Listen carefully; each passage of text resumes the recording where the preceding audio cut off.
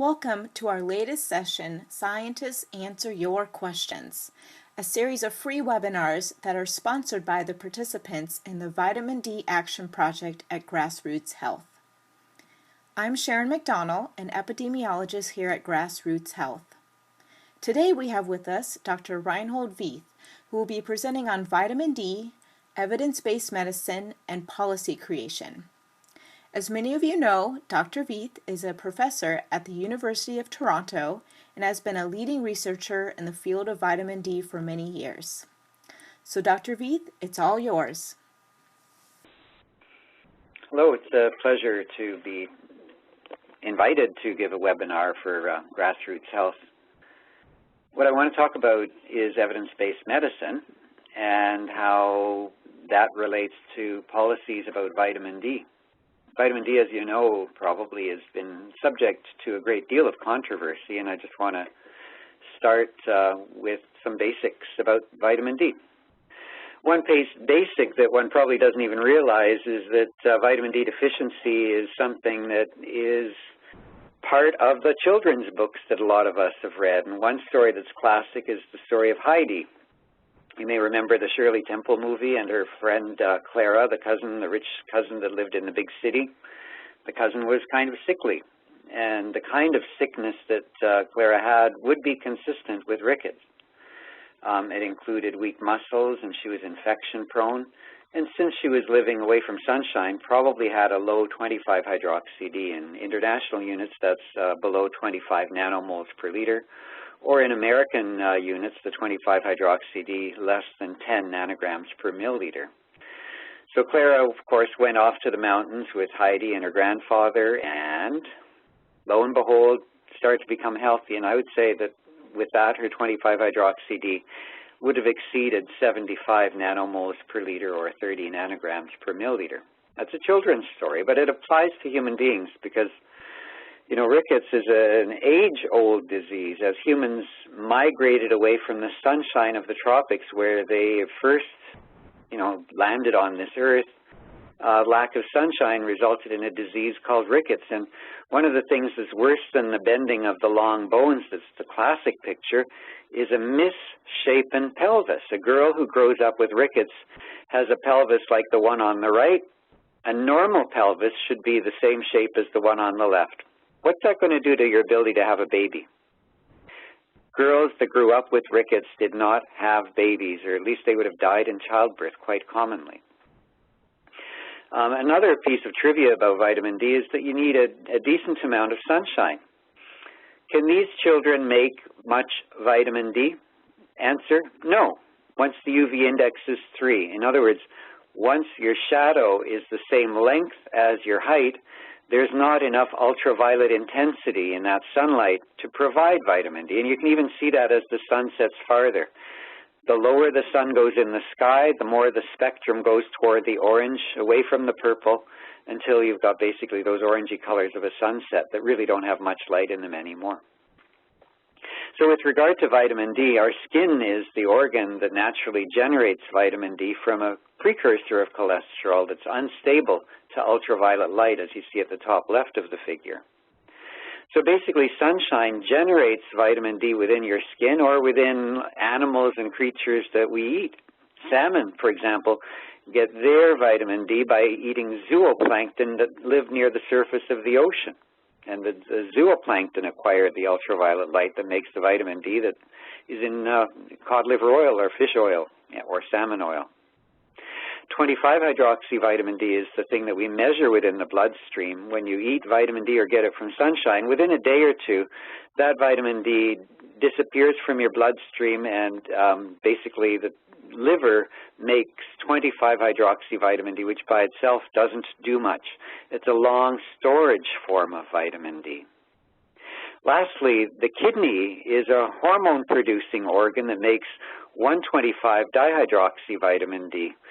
At the far bottom right, if you have too little calcium in your food, you make more 125-D, also known as calcitriol, to help your intestines absorb calcium better.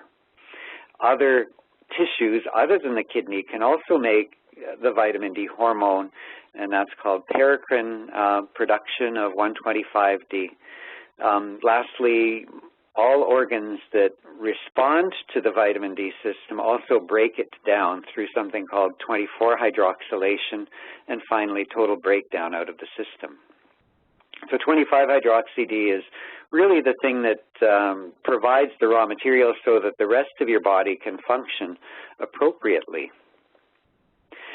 One thing that we often forget is that the reason for vitamin D is to regulate calcium. And John Gallagher in the late 1970s produced this very nice figure that shows if you wish to raise that vitamin D hormone, calcitriol, in your bloodstream, then you have to go on a low calcium diet.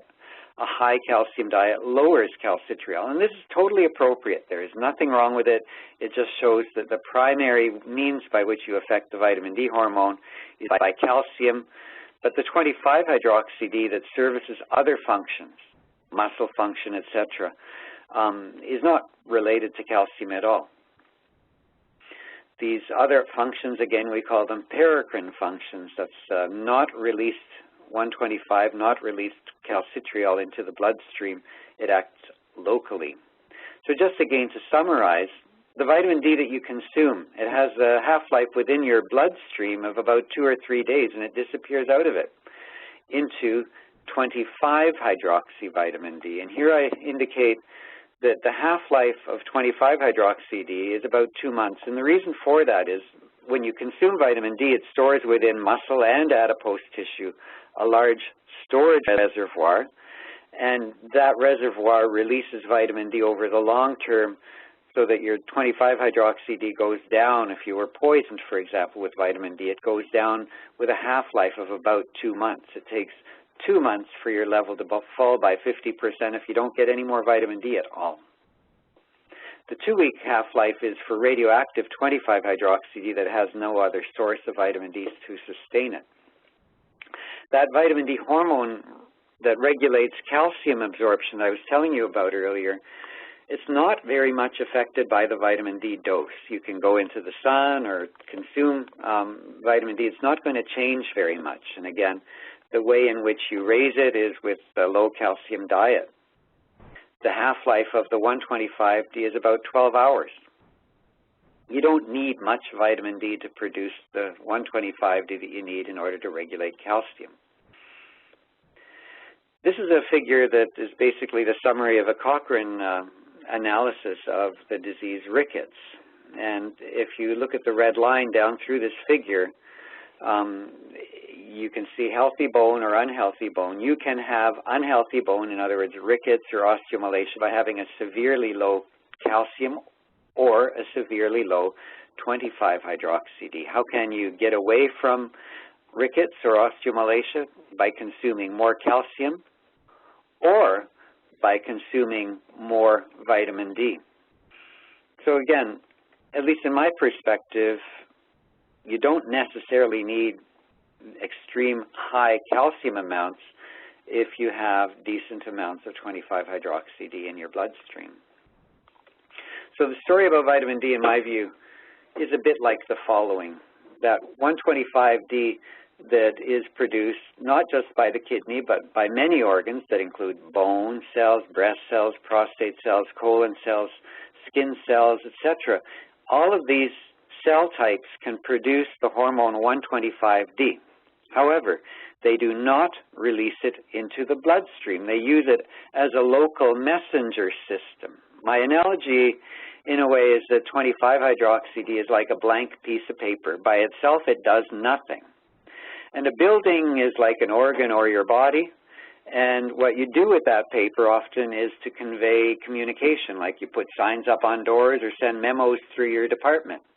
So a paracrine signal is one that goes locally within your cell or tissue. And a hormone is a system that goes out of the building or out of the tissue into the bloodstream and elsewhere to your body. So 25-hydroxy-D does nothing, but you need it. And what's the problem with having too little vitamin D? Well, it's in a large manner analogous to an institution that says we've got a big budget problem. This year you can only make do with 1/10 the paper that you had last year. What's going to happen? Well, you might not be able to print out the important message that you're going to put on the door so that, people wouldn't walk in the building if there's a bomb on the door, or, in other words, a lack of ability to convey message, a lack of 25-hydroxy increases the risk of things going wrong.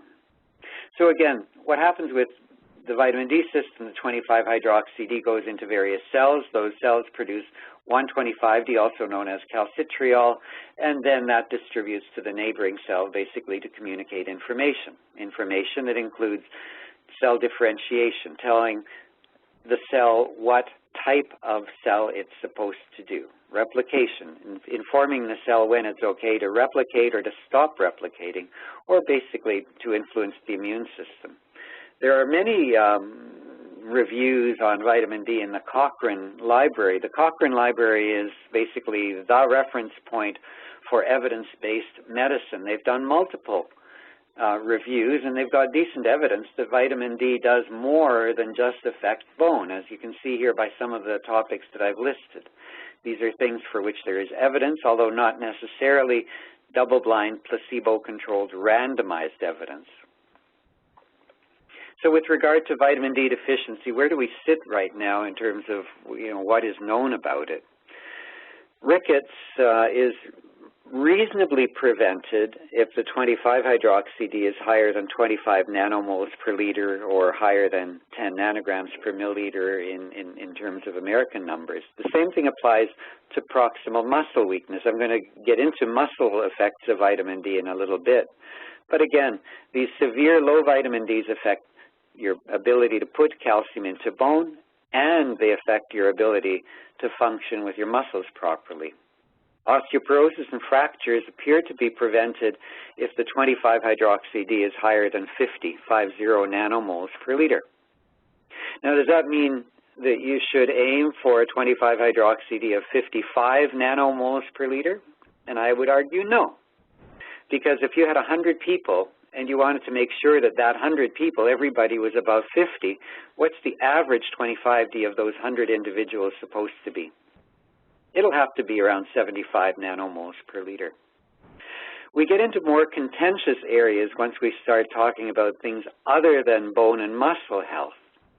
Things such as multiple sclerosis, for which we've done clinical trials, colorectal cancer associations, breast cancer associations, etc., diabetes, depression, mental status. These are things that I would say are still coming along. There is lower level, non-double-blind, placebo-controlled trial type evidence for these, and it looks like the blood test result that you need in order to improve your status with regard to these other conditions will be higher than 75, but that's still coming along.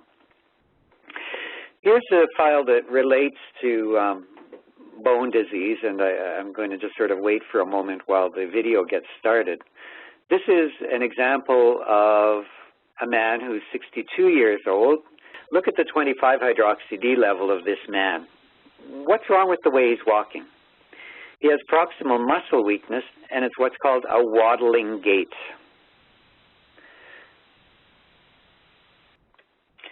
Another example of the vitamin D deficiency, muscle function, is this clinical trial from the Netherlands some years ago, in which Arabian women at the left were tested in terms of muscle function and 25-hydroxy-D, comparing that to Danish women at the right. At the top you have the 25-D level, and at the bottom you have various measures of muscle function.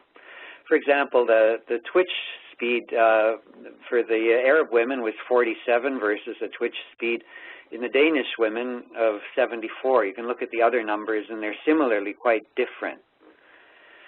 Now, once the Saudi women or the Arabian women in the Netherlands were given vitamin D for 6 months, you can see that their 25-hydroxy-Ds rose up to 34 nanomoles per liter, away from the 6.7 they had earlier, and also their muscle function tests improved to the point that there was no significant difference between the Danish controls or the Arab women living in the Netherlands. So in other words, treatment of Arab women who have very low vitamin D levels, treating them with vitamin D improved muscle function. I think that's quite cool. Other evidence that vitamin D is beneficial with regard to bone is summarized in this basically a meta-analysis done by Heikki Bishop-Ferrari some years ago of the trials that used calcium and vitamin D. The low dose vitamin D is done in the little white circles, and the higher dose, in other words, 800 units per day, is the red squares here. And as you can see, whether you're looking at hip fracture risks of fracture in the treated group divided by fractures in the placebo-controlled group, the higher the 25-hydroxy-D in the treated arm, the greater the improvement, or in other words, a reduction in rates of both hip and non-vertebral fractures. A couple of years ago, there were a couple of British studies. The headline said, well, we gave vitamin D at 800 units per day, and it produced no statistically significant effect. And I would ask you, what's the problem here? The 25-hydroxy-D levels did not achieve those levels consistent with benefit. They did not exceed 70 nanomoles per liter. Basically, these were studies in which there was no adherence, poor adherence to the vitamin D. In other words, you can give the drug, you can give the vitamin D, but if people don't take the dose, the drugs don't work. A nice study that was also produced from the UK is basically 100,000 units pill, one pill every 4 months. Is an example of how friendly vitamin D is in some ways. You don't have to take your vitamin D necessarily every day. Here we've got rates of fractures in a group that was mostly healthy men, older men, and the reduction in fractures with vitamin D compared to placebo. 3 pills a year. The Institute of Medicine summarized some of the evidence about bone density cross-sectionally at the bottom left here, and I've put the Institute of Medicine's picture that they've published twice in their review that I'll show you a little bit later on the same scale as a graph that shows actual data from Heikki Bishop-Ferrari's review in American Journal of Clinical Nutrition. The top review is readily available free on the internet, AJC and Heikki Bishop-Ferrari. What you see here, though, is according to the Institute of Medicine's subjective impression, bone density of Americans will maximize at around 50 nanomoles per liter, whereas if you look at the real data, the consistency is not very evident here. I'd rather have a level higher than 50, substantially higher than 50 than what's summarized by the Institute of Medicine. There have been a lot of controversial discussions about the new recommendations for vitamin D supplementation and intake. They were published in early 2011, and in the middle of 2011, the journal Nature provided a nice review of what they call the vitamin D dilemma. And they asked one expert in evidence-based medicine, Gordon Guyatt, as to what his comment was about the Institute of Medicine. He says that the fracas could have been avoided if the Institute of Medicine panel had been more equivocal in its reporting. In other words, he feels that they were too absolute, that the evidence wasn't quite as strong, for their position as they contended that it was. I'll go into this a little bit more, but basically it's perceived that the vitamin D system likely does affect a variety of systems through the body. And why? Because vitamin D is effectively a raw material that the body uses so that various tissues in the body can send signals to each other. So it's not just a calcium thing. A multiple of tissues respond to the vitamin D system. And there were nice clinical trials that have been published. One at the bottom here by Urashima from Japan. These are Japanese school children who were given 1,000 units of vitamin D or placebo going into the winter. And rates of influenza A as well as asthmatic attacks were reduced in these school children. Likewise, another study in Mongolia produced comparable results. So we've got a couple of clinical trials in children that suggest some benefit that is not bone-related. It's something that I think all of us would like to be able to deal with. And there's some optimism here with regard to non-bone conditions.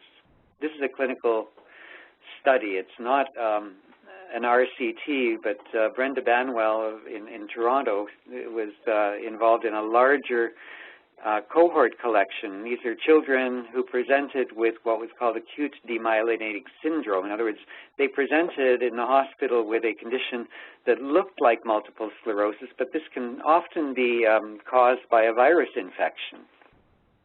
When they presented, the children had the blood taken for a 25-hydroxy-D measurement. Some of the children over the subsequent years developed multiple sclerosis. At the time they initially presented, the 25-hydroxy-D level in those who developed multiple sclerosis was about 40 nanomoles per liter. Those who remained just as an acute and it went away type of thing, not to recur over the next couple of years, had a blood test result that was closer to 60 nanomoles per liter. There's a different way you can graph these results. If you look at those with 25-hydroxy-D that was very low, in other words, below about 40 nanomoles per liter, they had a 28% chance of developing a multiple sclerosis diagnosis over the next 2 years. If you look at those with a 25-hydroxy-D above 75 nanomoles per liter, they had about a 6% chance of developing MS. But what's interesting here is those 25-hydroxy-D levels are those that happened before they showed up in the hospital. It wasn't something that, you could suddenly do something about once these children had their acute demyelinating syndrome. The important thing about vitamin D is that, I think a lot of the research has produced something quite optimistic. We all have theories, but basically policymakers want evidence, and evidence has to be double-blind, placebo-controlled clinical trials. And right now, there are quite a few large clinical trials going on. The earliest publication date for these will be approximately 2017. So we've got another 4 or 5 years to go before we see the results of the Vieth study in the United States, and I'm going to show you a little bit more on that. There is one larger study, clinical trial going on in Finland, and another nice one going on in New Zealand. The New Zealand one is an interesting one, where 100,000 units of vitamin D, in other words, on average about 3,000 units per day, is given once per month. The Vieth study is using 2,000 units of vitamin D, but it's sort of a two-way design, as I'm going to show you in a moment. 2,000 units per day. So by, let's say, about the year 2018, we're going to have reasonable evidence, at least to decide whether older individuals benefit from higher doses of vitamin D. This is a summary of the Vieth study. You can see why it's hard to do this kind of research. It's extremely difficult to get the funding for it, for one, and then you have to start off with lots of people. This one is a vitamin D placebo and a fish oil placebo. Some of the individuals got placebo fish oil along with 2,000 units of vitamin D. Some just got fish oil alone. And lastly, some got double outcomes. What's the double doses? In other words, fish oil plus higher vitamin D. The aim is to find out, can cancer and heart disease outcomes of these thousands of people be affected by the category of the dose that they received? Another study is a simpler design, also a lower cost, as you see. From New Zealand, Robert Scragg organized this one, and again, it's 100,000 units once per month, and following up with outcomes, counting how many occurrences of heart disease, respiratory disease, and fractures these individuals developed over the subsequent few years. So these things will come in a few years, and I guess policymakers certainly are awaiting further evidence. So with regard to the conditions, again, we're getting back to the slide that we had earlier. What is generally accepted? Rickets and osteomalacia you can prevent with a blood test result that's at least 25 nanomoles per liter. Osteoporosis and fractures, you require a 25-hydroxy-D higher than 50 nanomoles per liter, and then there are contentious issues such as the MS. What we haven't talked about yet is what's normal. We've got a blood test. Anybody that sets up a blood test has to ask, well, what's the normal range to be? And vitamin D is kind of interesting because it depends on where you live. One thing about nutrition, often we decide, well, the optimal nutrition has to be what evolution basically selected and virtually designed us for. Our bodies have been optimized for those conditions in which our body evolved. Human beings evolved in the Horn of Africa. We are a primate species. And this map, I like it because it shows you where primates normally live. We happen to be the non-fur-bearing naked ape, and if you look at all of our relatives, they all live south of Florida. What are we doing living in those blue parts of the world on this map? So something's going on. We're not magically designed to live in Europe or in Canada or in even Australia for that matter. We're too far away from the equator. If you look at 25-hydroxy-D levels in healthy primates, that's the left box plot. You know how a box plot works. This red box indicates the 25th and 75th percentiles. In other words, 1/4 of the population is above or below the box. And 50% of the population, the middle of them, is that red box there. I've done literature surveys, and the references are along the bottom of this figure. People who are outdoor workers and expose themselves abundantly to sunshine have 25-hydroxy-Ds that consistently exceed 80 nanomoles per liter. We did a normal range study in the late 1990s of my laboratory, which is in Toronto, 43 degrees north latitude. It's about the same as Boston or Omaha. And our normal, including me, I was perfectly average, was 40 nanomoles per liter, not going too much higher. We did a clinical trial in which we gave 1,000 units of vitamin D going into the next summer. You can see the result there. We had to stop the study because people were just worried about intoxicating themselves with the 4,000 units of vitamin D, and you can see at the far right how far that got.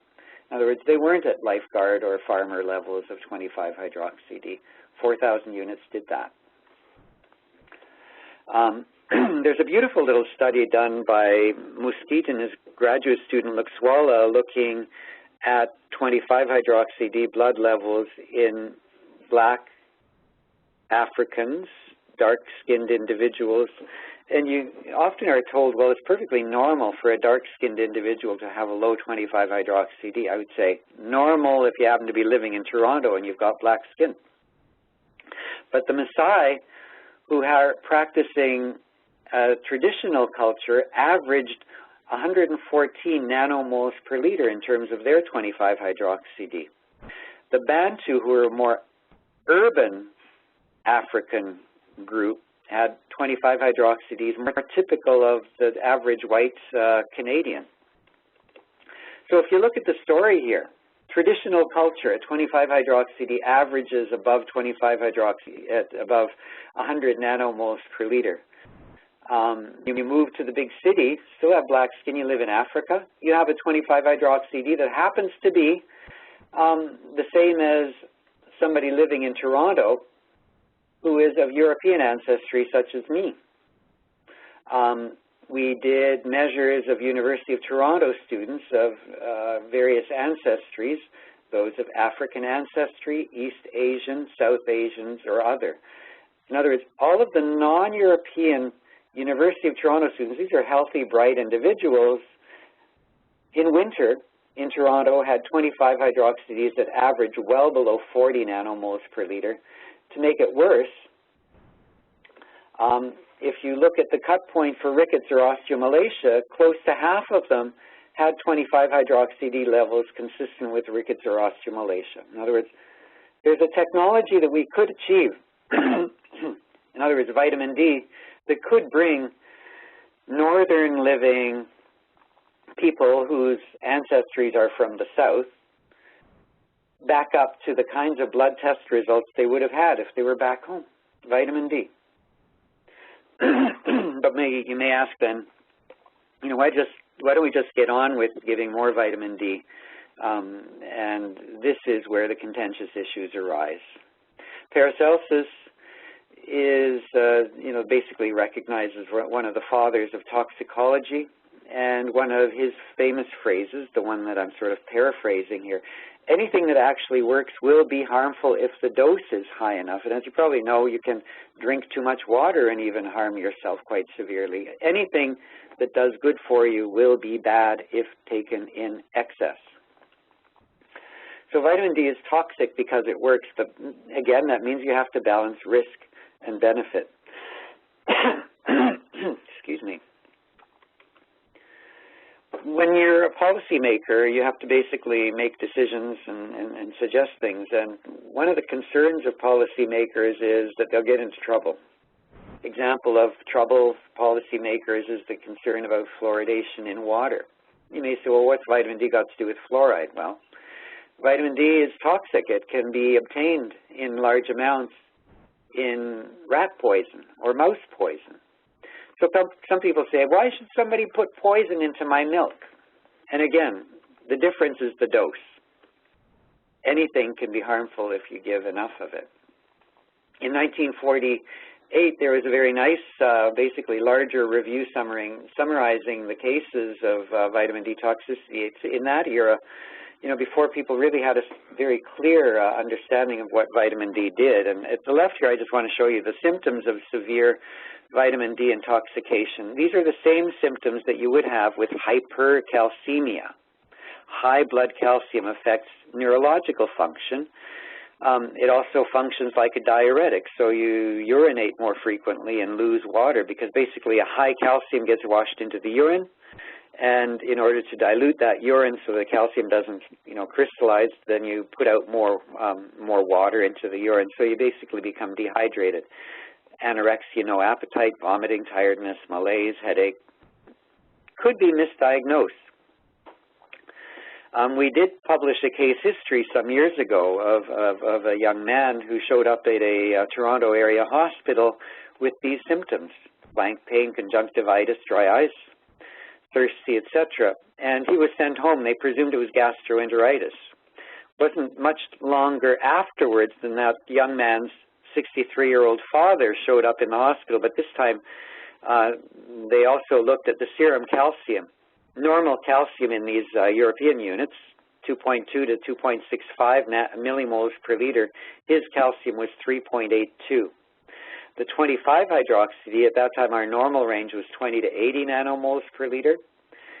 This man had a number that was well over 1,000 nanomoles per liter. Incidentally, the 125D, the vitamin D hormone, was not very high at all. So we also looked at the blood of these individuals. The 25-hydroxy-D, this is a chromatogram from the back forward. The spectrum for vitamin D, unmetabolized vitamin D is here. The 25-hydroxy vitamin D is this peak in the front. That's over 1,000 nanomoles per liter. Look at the huge unmetabolized vitamin D. In other words, there's so much vitamin D the body couldn't do anything with it. 17,000 nanomoles per liter of vitamin D that was basically creating a situation of vitamin D toxicity. There was a case of poisoning, and the case was eventually solved, and you saw the reference there earlier. So there's several mechanisms that make the vitamin D system poisonous. Basically, if you have enough 25D or vitamin D or 25-hydroxy-D, it starts to mimic the behavior of the structurally similar compound, 125D, and it, you know, inappropriately keeps signaling the intestine and bone to release calcium, which will go into the bloodstream to cause symptoms and into the urine to eventually, you know, cause kidney stones if that's possible, but it would be extremely high.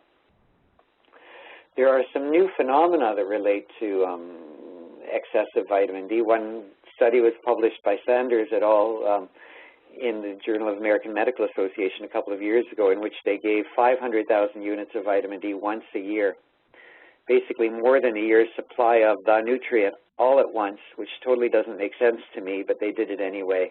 And surprise, surprise, they noticed that during the next couple of months after that high dose, there were more falls and fractures. Now, it was a clinical study in which they were hoping to prevent falls and fractures and ended up causing more. But I think it was because of the poor design of the dosing protocol. You don't give something once a year. It doesn't make sense. The Institute of Medicine has been looking at epidemiological studies, and there are many epidemiological studies, some of which suggest something unusual that they call U-shaped risk curves, but I think it's kind of a selection of data that is alarming, and it's not necessarily a selection of data that's representative of everything that goes on. So with regard to vitamin D, there is potential for benefit, but it's also a modern example of the dilemma of food fortification versus supplementation. Fortification is put the vitamin D into food. Supplementation is take it as a pill. If I had to do it, which would I do? I'd rather my food be fortified appropriately. Here's an example. For example, as part of the census in Canada, I'm sure most countries are analogous to this. These are survey-based vitamin D intakes. On this side, it's micrograms per day, and on this side is international units per day. The recommended dietary allowance for everybody from 1 year of age until 70 years of age is 600 international units per day.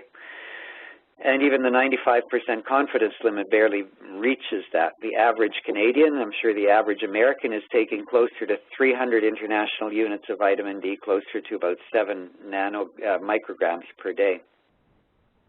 So how do we get people to take more vitamin D? If we had to put it into food, we'd probably have to triple the amount of vitamin D into food, and that would be very difficult, and nothing's happened for a while. With regard to the Institute of Medicine, this affects American health policies and policies certainly in Canada, as well as many countries follow the Institute of Medicine guidelines. When you look at nutrition principles, there's a kind of graph that one sees quite commonly. In other words, as you have less of the nutrient, presumably you'll end up with greater risk of harm. And ideally what you try to do is provide an intake of nutrient that minimizes risk of harm, an amount of nutrient that buffers people from the eventual risk of harm of having too much. With vitamin D, traditionally the risk of harm has been calcium related, like high blood calcium or something. So with regard to the dietary guidelines, the recommended dietary allowance is an amount that would suffice for most people. And again, 15 micrograms per day is 600 units, 20 is 800 units, depending on age. The lowest observed adverse effect level for vitamin D is well above 10,000 international units per day. The no observed adverse effect level at about 250 micrograms per day, or 10,000 units per day, is based largely on the fact that if you go out into the sun, full body exposure to sunshine, it'll produce roughly the equivalent of 10,000 units of vitamin D in a given day exposure. Nobody's ever implicated high amounts of sunshine exposure as being harmful in this context of vitamin D. So the official tolerable upper level for vitamin D, it incorporates an uncertainty factor or a buffer, is 100 micrograms per day, or 4,000 international units of vitamin D per day that one could take without undue risk of harm, also called the upper level. So the aim of the recommended dietary allowance, according to the Institute of Medicine, is to provide a 25-hydroxy-D blood level greater than 50 nanomoles per liter, or greater than 20 nanograms per milliliter.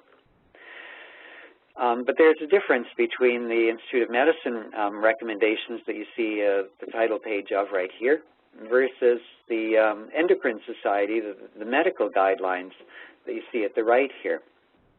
Why are there differences between Institute of Medicine guidelines or even osteoporosis groups? Here's a guideline from Canadian Medical Association Journal, first author David Hanley, and the Osteoporosis Society's guideline for calcium and vitamin D intakes that happen to match the guidelines of the Endocrine Society. Here you see various ages of individuals, essentially from birth until 6 months. 400 international units is an appropriate amount for a child. 1,000 units is still a tolerable upper level. I totally agree with these numbers. No rickets has ever been the result of having an intake of 400 units. Once you're 1 year of age, the recommendation, the RDA, is 600 units per day. The Endocrine Society and the medical groups tend to agree on the earlier numbers, but once you get to about 20 years of age, they're recommending 1,500 to 2,000 international units per day. These are higher numbers than these. The difference being this relates to food policy and guidance to the whole population, This relates to a physician caring for a patient who's concerned about a condition. They're different because the circumstances are different. So with regard to government policy, I want to just provide you with a couple of examples. Policy with regard to scurvy. The consumption of citrus fruits to prevent scurvy was a very nice food-based disease prevention measure that started a couple of hundred years ago. With regard to goiter, in the early part of the 20th century, many U.S. soldiers were rejected for military service because of enlarged goiter or throat. You know, they basically had signs that their thyroid was enlarged, and there was an easy means of curing the situation, in other words, providing iodine, and it wasn't until the 1920s that there was regular iodization of table salt, which essentially cured the problem of goiter, and you don't see much of that anymore. So these are nice food policy guidelines. If you were to start going back and say, well, in the current scenario, with the current way of thinking about health policy, would iodination of table salt have ever happened given the year 2013? Are there any double-blind placebo-controlled trials of iodine in preventing goiter or even preventing toxicity? Because iodine by itself is not entirely benign. If you look at the decision as to whether I would like my iron, iodine, or vitamin A in supplements or in food, I would say, well, I'd love it in food because it's much cheaper. If you had to go and buy the supplement, the cost will be multiples as big. Also, it's less democratic. Food fortification goes across all of society. Supplementation requires somebody to actually go out.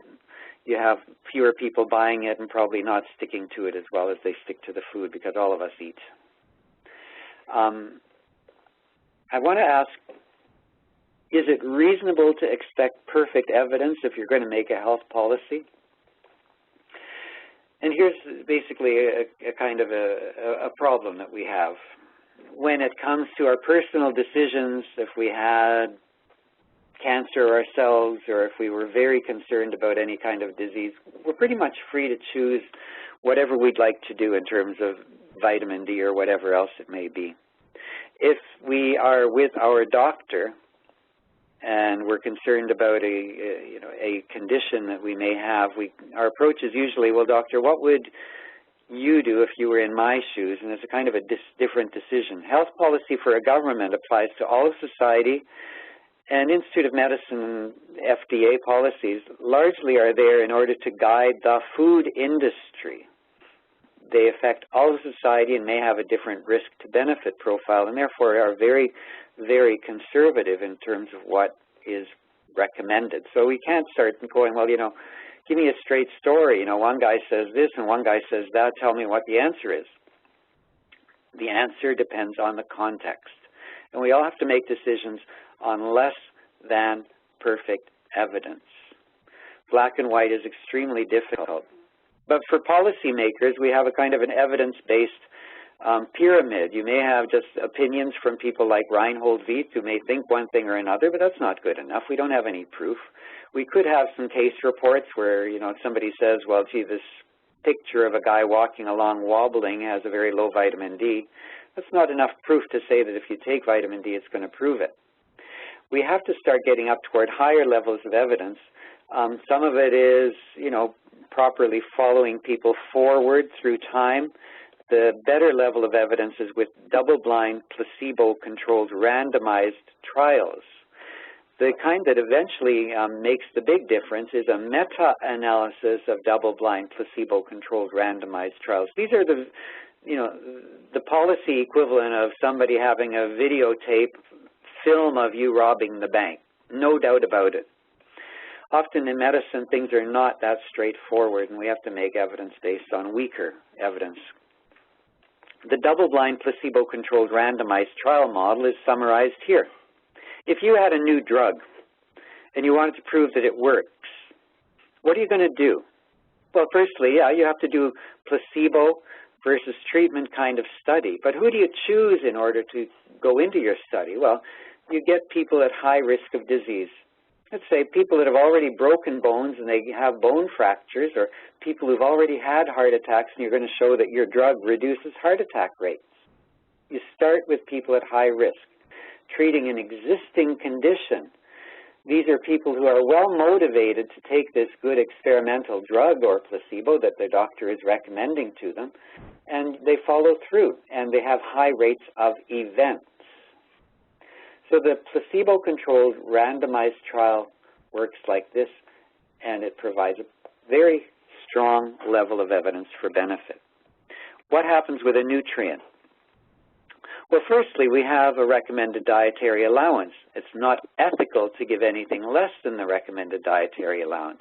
Why is there a recommended dietary allowance? Because there is a known disease, rickets or osteomalacia, that is prevented by providing that. You can't give less. If you have the question, does vitamin D have an influence on cardiovascular disease, cancer risk, or anything other than the traditional? In other words, it may have a different dose response for other paracrine-related diseases. You'd like to test whether the nutrient has benefit. You have to start not with a placebo, but with an RDA. You have to treat with a defined dose and somehow select a dose that works. You're not entirely free to select a dose because there's already a tolerable upper level, effectively a limit of dose of the nutrient that you can provide to people who don't have a disease. So there are design problems with regard to the placebo side. There is none. And with regard to the actual dose you end up giving, it's to some degree restricted by the tolerable upper level. Next problem, who can you choose? Well, if you're looking for a nutrient, you want to prevent disease. In other words, you start with healthy people. They don't have a disease already. They've not had a heart attack. You want to prevent they don't have cancer. You want to prevent that. So you're trying to prevent something in people who don't have anything. They're not motivated strongly to carry on with the study. They have very low event rates. If you're doing a study, everything counts on how many events of the condition you're trying to prevent change. So it's very difficult to get ideal evidence for a nutrient. If you wish to do something about vitamin D in society, there are some things that you have to think about. Are we going to change the behavior of society to eat more of those foods, dairy products or fish? Or are we going to start fortifying foods more? Put more into bread or cereal, pudding, chocolate bars? Are you going to put more nutrient into the things that people are eating, kind of like iodination? Or are you going to ask everybody to start taking a supplement? And I think at the moment that's where we're sitting. I don't think it's the ideal approach.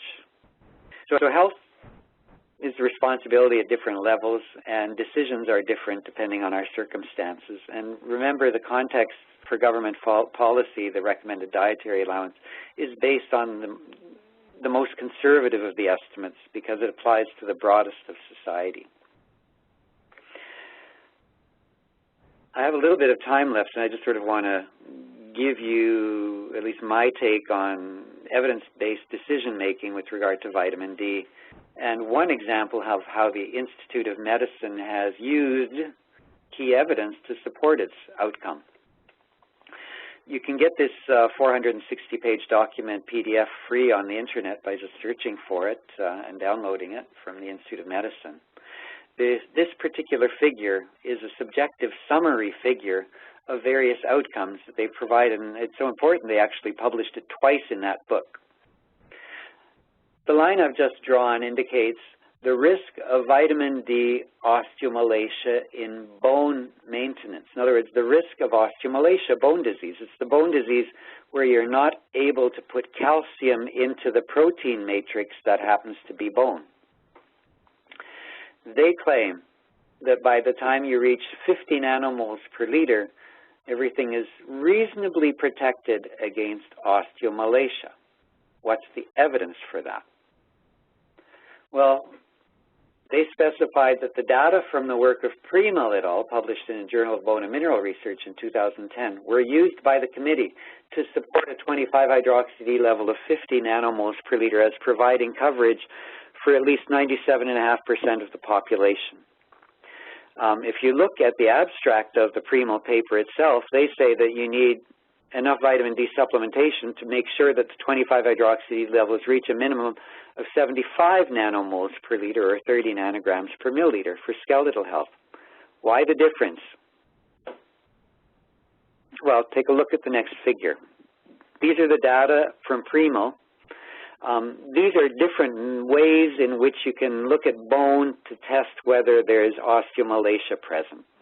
Osteoid volume, osteoid seam thickness, osteoid surface, osteoid thickness. Osteoid is the unmineralized area of bone. And here we see a population of Germans. These were people who basically died for accidental situations, and they had a bone biopsy taken. So they had a 25-hydroxy-D level. You can see the average German has a blood 25-hydroxy-D level of about 60 nanomoles per liter. Here you see the 25-hydroxy, The average German has a 25-hydroxy-D blood level of about 20 nanomoles per liter. It's relatively low blood level compared to North Americans. That's the 25 axis.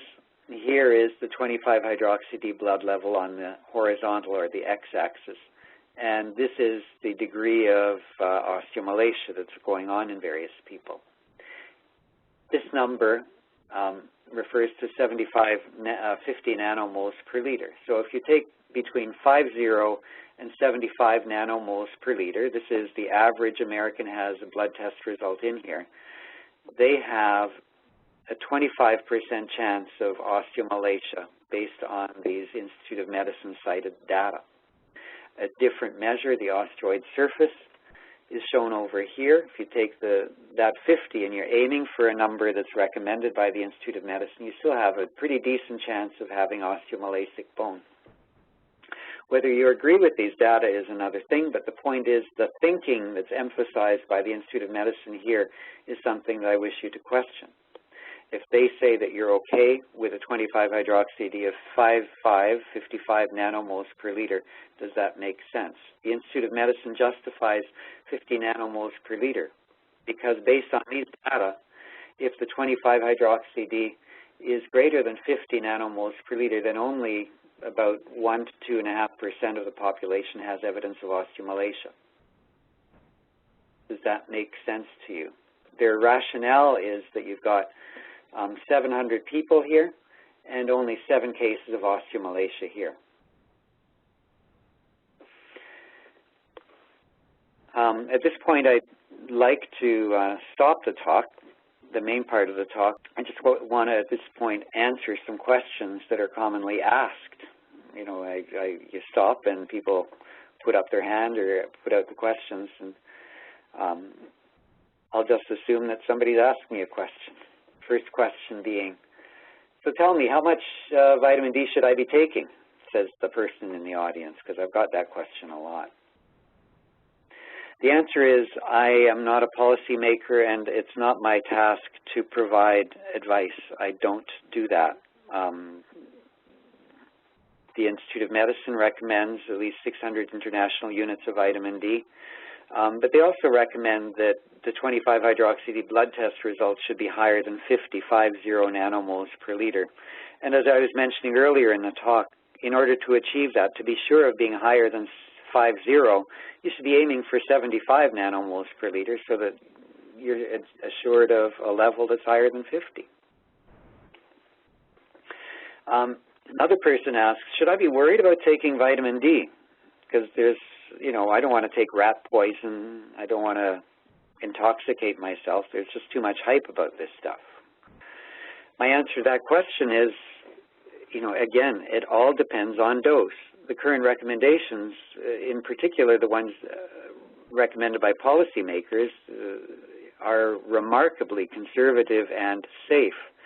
Policymakers are usually more concerned about safety than efficacy. In particular, in the United Kingdom, the SACN Society, the Scientific Advisory Council on Nutrition, has on its mandate only be concerned about harm. The risk to benefit profile is not within its mandate. So if the United Kingdom says take 7 micrograms of vitamin D, about 300 units per day, you can be certain that there's absolutely no harm in that.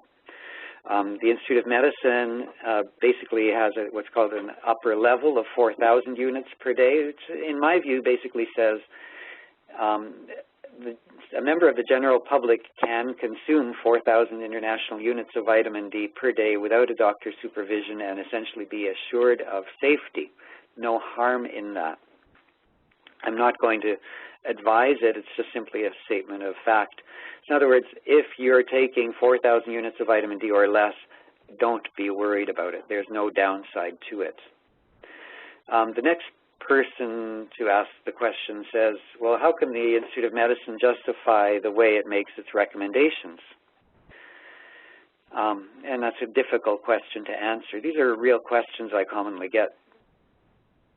It's not my role to justify other than to state the Institute of Medicine is a policy group whose purpose is as a guidance to the food industry, not necessarily to make medical recommendations. So in other words, medical groups provide guidance, and if you are medically concerned, that's something you should talk to your medical professional about. Question number 4 is one I can't stand. I'm putting it in because it's just honest. People go, well, how much vitamin D do you take?